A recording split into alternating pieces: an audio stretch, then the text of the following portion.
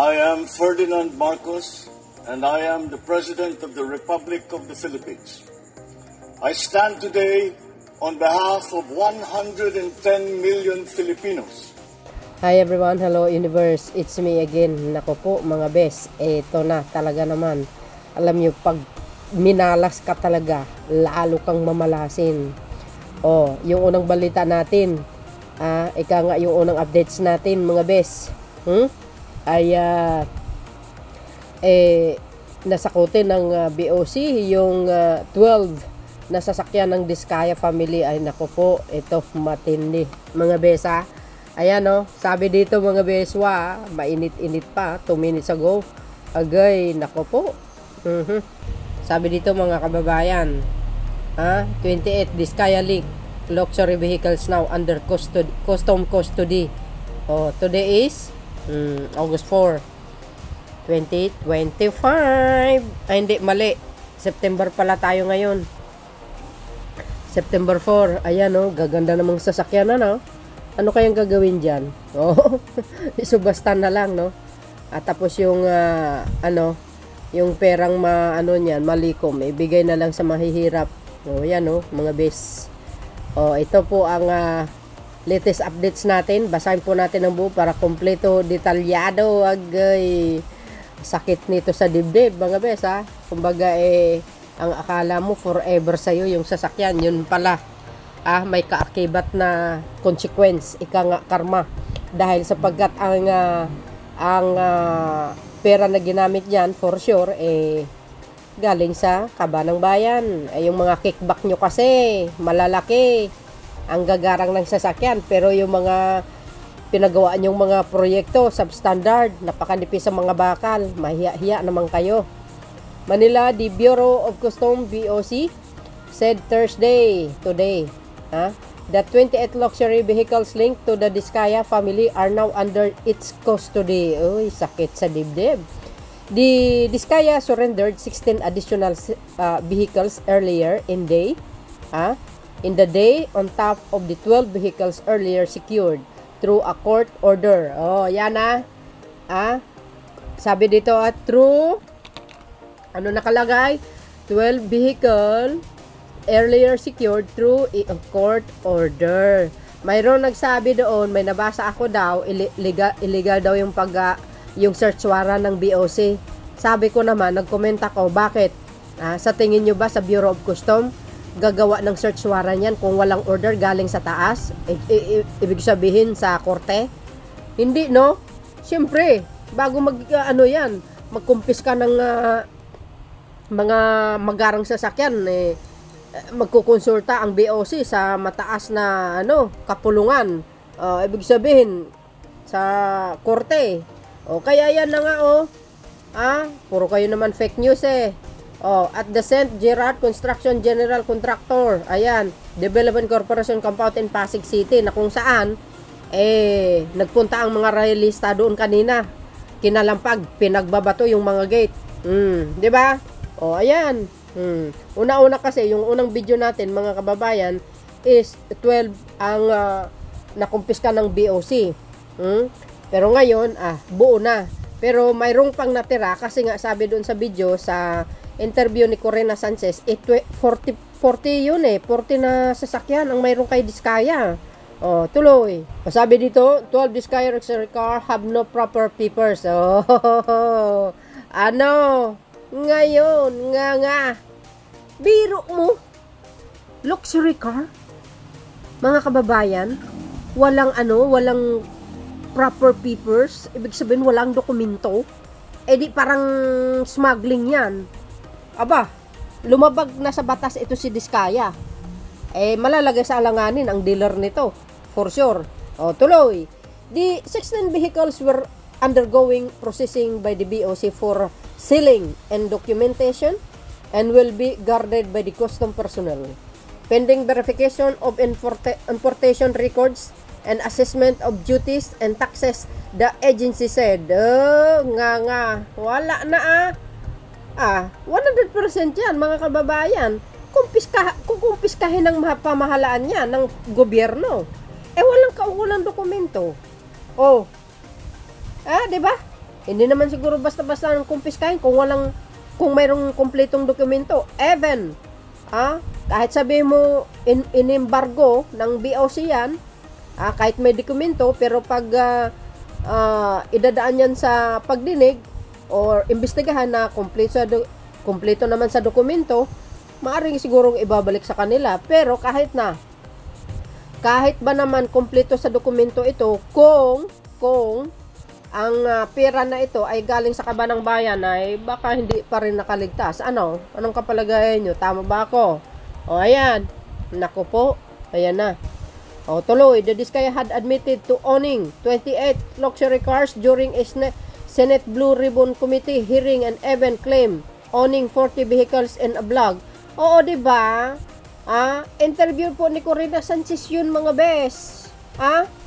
Na 40 na vehicles. At even di Julius Babaw. Kitang-kita naman, diba? Naku, magarang mga sasakyan nito. Sabi sa inyo order from the court. Kaya, kumpiskado. Malinaw na malinaw, walang kaukulang dokumento. So, ibig sabihin, papasok dito ang smuggling car. Smuggle yan. Kung walang sapat na dokumento, smuggle talaga yan.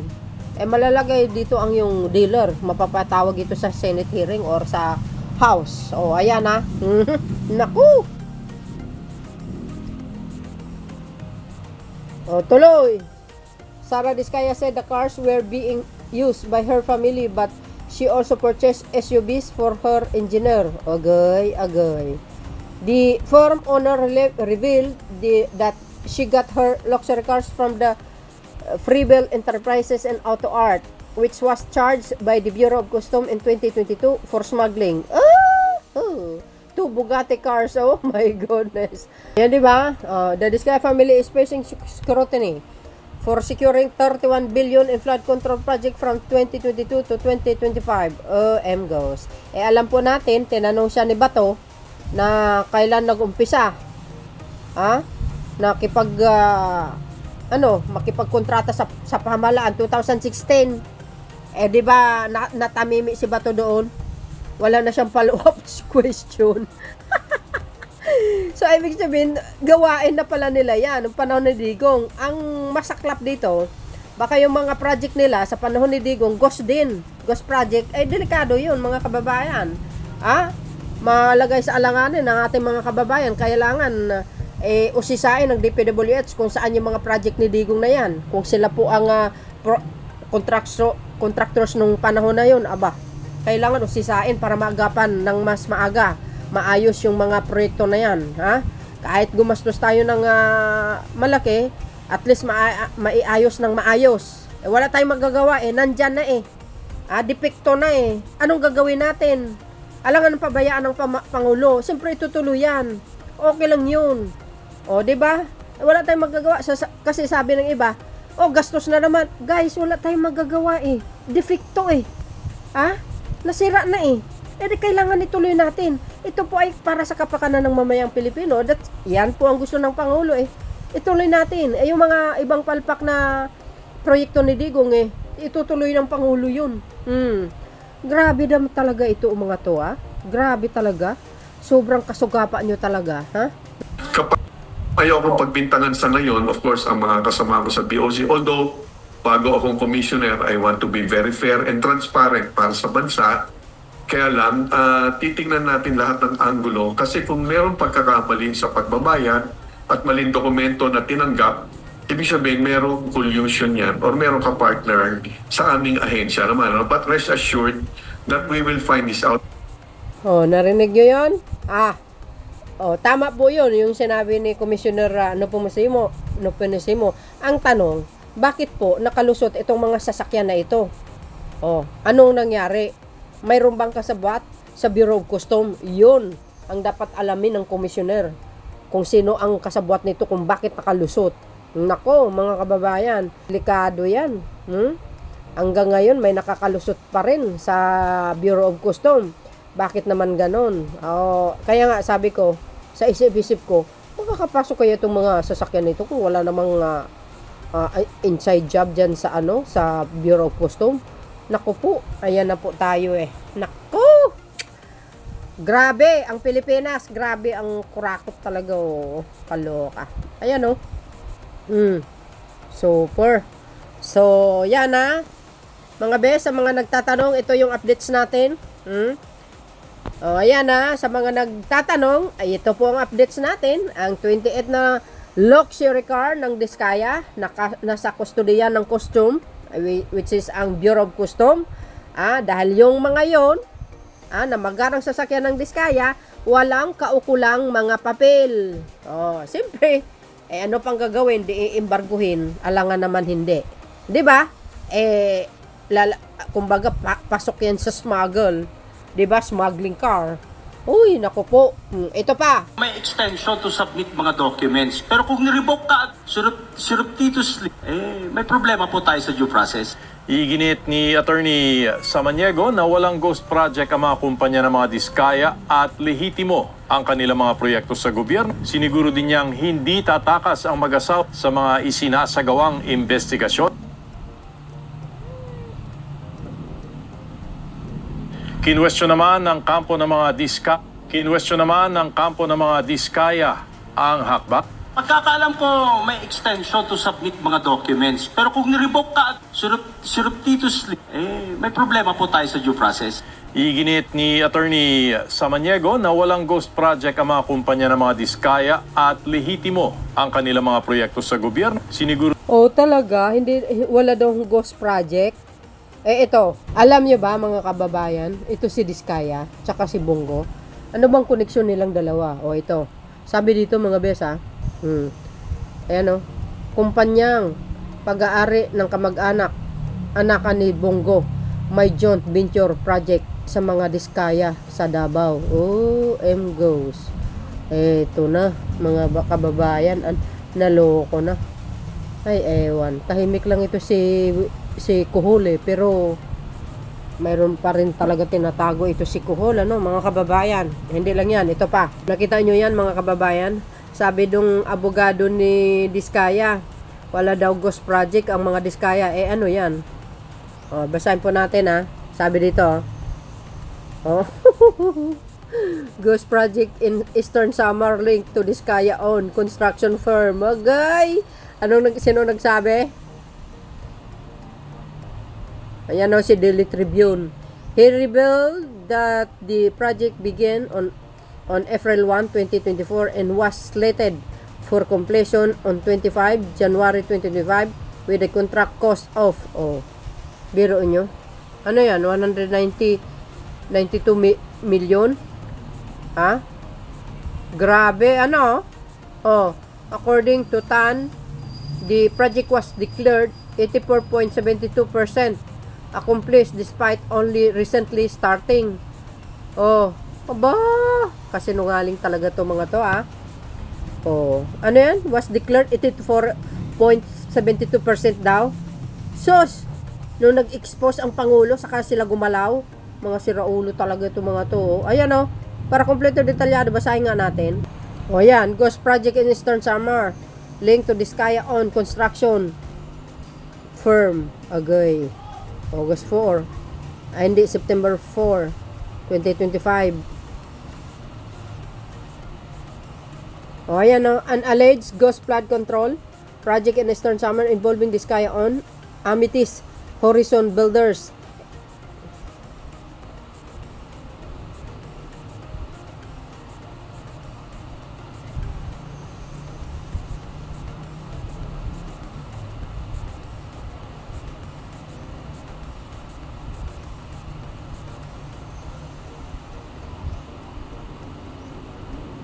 Ayan. An alleged ghost flood control project in Eastern Samar involving Diskaya on Amethyst Horizon Builders and Alpha and Omega General Contractor and Development Corporation surfaced online on Saturday. Di kayo naloka. In a Facebook post, a certain Neil Christopher Tan flagged what he described as an ongoing flood control structure project in Barangay Batang, Barangay Garawon, Hernani, Eastern Samar under the Department of Public Works and Highway. Sus Maria Joseph Santa Clara, maramar kayo. Your Excellency, President Ferdinand Bongbong Marcos Jr. Tan wrote addressing the post on behalf of the concerned citizen of Eastern Samar. He revealed that the project began on April 1, 2024 and was slated for completion on 2025, January 2025. Agay, with a contract cost of 192 million ba yan? Grabe, ang tindi nito ni ng Diskaya na ito. My goodness. Grabe kayo. Napakasiba nyo talaga sa pera. Tuloy. According to TAN, the project was declared 84.72% accomplished despite only percent starting. He further alleged that the contractor is now scrambling to cover up what he called another ghost project. Agoy! The Diskaya family recently drew public scrutiny after President Marcos named their firm Alpha and Omega, GCDC,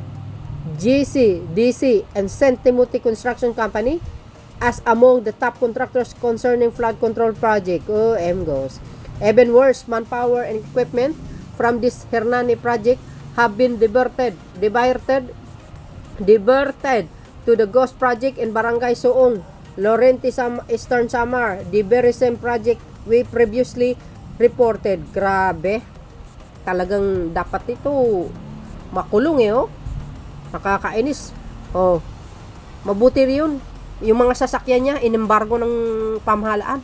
Kasi smuggle yun. Wala naman dokumento. Matindi. Kawawa talaga taong bayan. Si Pangulong Marcos Jr., pinipilit niya ng ginagawa yung kanyang trabaho bilang Pangulo. Tapos ito pang ipalit nyo. Kundi ba kayo naman siraulo talaga rin naman. Grabe. Tuloy. In a separate post on 24 August, TAN also raised red flag over another project in Barangay Suong under YPR General Contractor and Construction Supply Incorporation. That project with the contract cost of 177 million, di ba? My goodness kayo. Sarap nyo talaga paghampasin ng ng sapatos. Was reported to be 82.30% accomplished despite what TAN claim was no actual work on the ground. Nak ng kwago. Mapamamura ka talaga dito sa Diskaya na ito kung sa inyo yan. Grabe. Yan ang talagang ewan ko. Guys, ang makomento nyo dito. Each project has its own budget. Manpower and equipment to divert resources between project is not only illegal, it is a betrayal of the public trust and grave disservice to the people of Eastern Samar. He stressed. Matindi. Kung hindi nito, mga kababayan, kung walang exposure ni Pangulong Marcos Jr., hindi ito malalaman. TAN attached photos and videos as evidence of the discrepancies which he said contradicted official accomplishment reports. He also called for urgent government intervention on behalf of the province residents. Matindi. Ewan ko. The posts were tagged to the official Facebook page of President Marcos. Several media outlets and Senator Lorente Marcolita and Panfilo Lacson. The expose has since sparked outrage among netizens with many decrying alleged corruption and greed compromise public safety. Ayan kita nyo yan, guys. Matindi. Ay, grabe. Grabe kayo, ha. Grabe. Uy, naku po. Kawawang mga Pilipino nagsasuffer sa baha. Pero itong mga contractor na ito, humihiga sa pera. Yan, mga kababayan, ang ghost project. Hindi kayo naloka. Sinungaling yung abogado ni ni Diskaya. Isupalpal ko pa sa mukha mo ito Anong walang ghost project ka dyan? Ano yan? Hindi ba yan? Kung yan ay under ng Diskaya Construction Builders, di kayo naloka. Matindi. Ghost nga. Puro lupa. So, yun mga kababayan, ang pinaka-latest updates ko. Ayun na pong balang magkomento. See you again on my next upload. Bye. Yan babus. God bless Philippines. Karma is real.